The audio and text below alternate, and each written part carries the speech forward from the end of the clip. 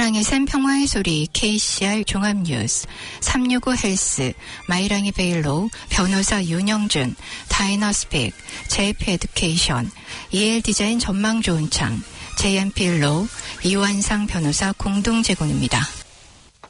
뉴질랜드 뉴스입니다.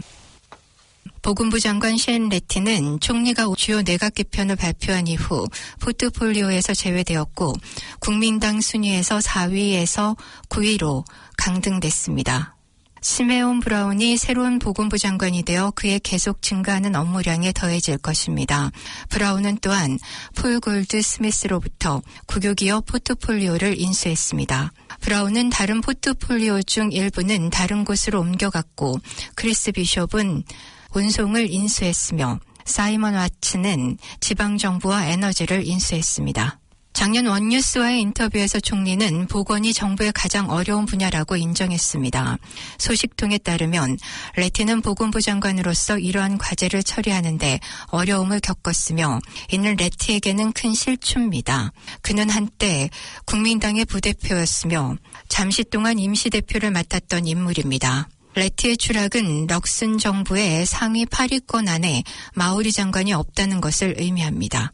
그는 내각에 남아 대학, 과학, 혁신 및 기술, 통계를 맡을 것입니다. 레티는 총리의 결정을 전적으로 존중하며 이전 보건부 장관으로 일할 수 있었던 점은 영예였다고 말했습니다. 브라운 역시 보건부 장관으로 임명되어 영광이라고 말했습니다. 멜리사 리는 장관직에서 해임됐고 경제개발 및 민족 문제에 대한 그녀의 나머지 2가지 포트폴리오도 박탈당했습니다.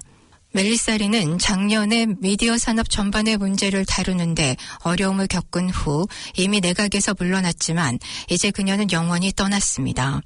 내각 밖에서 그녀의 자리를 대신할 사람은 당에 떠오르는 스타 중 한 명으로 여겨지는 제임스 미거입니다.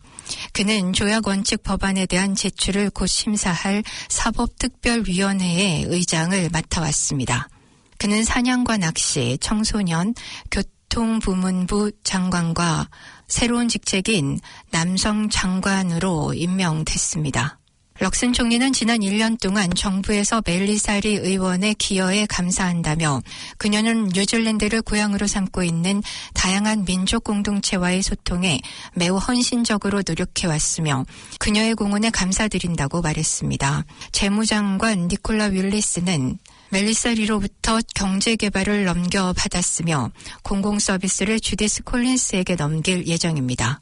다른 변화로는 마크 미첼이 스포츠 장관이 되며 민족 공동체 관련 업무를 맡고 로이즈 업스턴이 관광 장관이 되며 국회 부의장 역할을 맡습니다. 크리스 팽크는 중소기업과 제조업을 담당하며 앤드류 베일리는 ACC 장관으로 임명됩니다. 한편 액트와 엔젤퍼스트 소속 장관들에게는 변화가 없었습니다. 변화가 있으려면 데이비드 시모 또는 윈스턴 피터스와의 협의가 필요합니다. 액트와 엔젤퍼스트는 연합협정에 따라 내각에 포함된 각 3명의 장관직을 부정받고 있습니다. 무료 영어 코스가 있습니다. 바로 다이나스픽입니다. 한국어 문의는 027-225-1239입니다. 감사합니다.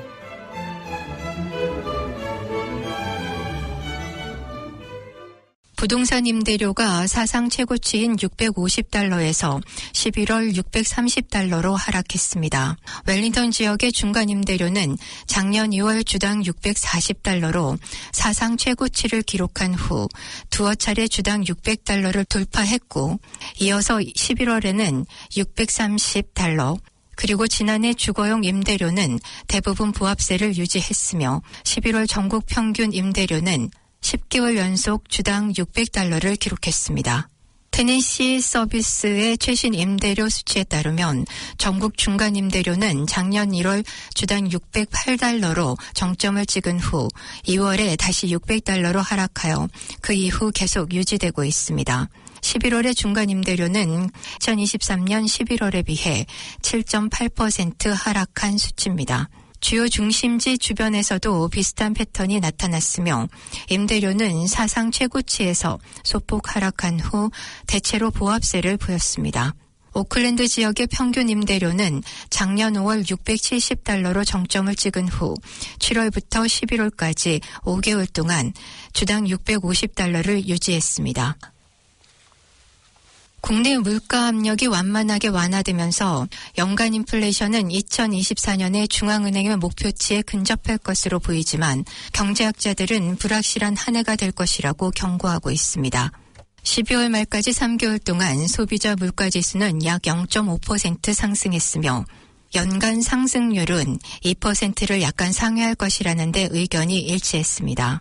경제학자들은 항공료 및 숙박비와 같은 계절적 요인과 식품 및 연료 가격 하락이 이번 분기 인플레이션의 주요 요인이 될 것이라고 말했습니다. 하지만 뉴질랜드 달러 약세와 유가 상승으로 인해 2025년 인플레이션 전망은 달라질 수 있습니다. INZ는 연간 인플레이션이 전분기와 변동 없이 2.2%를 기록할 것이라고 전망했습니다. 이는 중앙은행의 예상치인 2.1%보다 약간 높지만 목표치인 1에서 3% 범위 내이며 중간 지점에 근접한 수치입니다. 뉴질랜드 해군함 마나와누이의 인양 비용은 사고 처리 결과에 따라 수억 달러에 이를 수 있는 것으로 나타났습니다. 현재 사모아에서는 인양 작업자들이 침몰한 선박에서 연료를 제거하고 있으며 그 비용 중 일부는 제3자 보험으로 처리됩니다. 주디스 콜린스 국방장관은 상업적 기밀로 인해 비용에 대해서는 언급할 수 없다며 보험이 있으며 본질적으로 제3자 보험도 있기 때문에 할 수 있는 모든 일을 하고 있고 또한 국방부는 많은 인력과 장비를 지원하고 있고 이러한 모든 일들이 진행되고 있지만 많은 부분이 보험사들과 협력하는 방식으로 이루어지고 있다고 밝혔습니다. 해군 부사령관인 앤드류 브라운은 현재의 초점은 연료 제거에 맞춰져 있으며 어려운 날씨 조건 속에서도 그 작업이 성공적으로 이루어졌다고 밝혔습니다. 뉴질랜드와 사모아 정부 및 관련 당국은 마나와누이를 제거할지 여부를 포함한 다양한 옵션을 논의 중이며 이 문제는 연료 제거 단계 이후 다음 단계에 대한 우선 사항으로 다루어지고 있습니다. 콜린스 장관은 마나와누이를 대체하지 않을 것이라고 확인했습니다.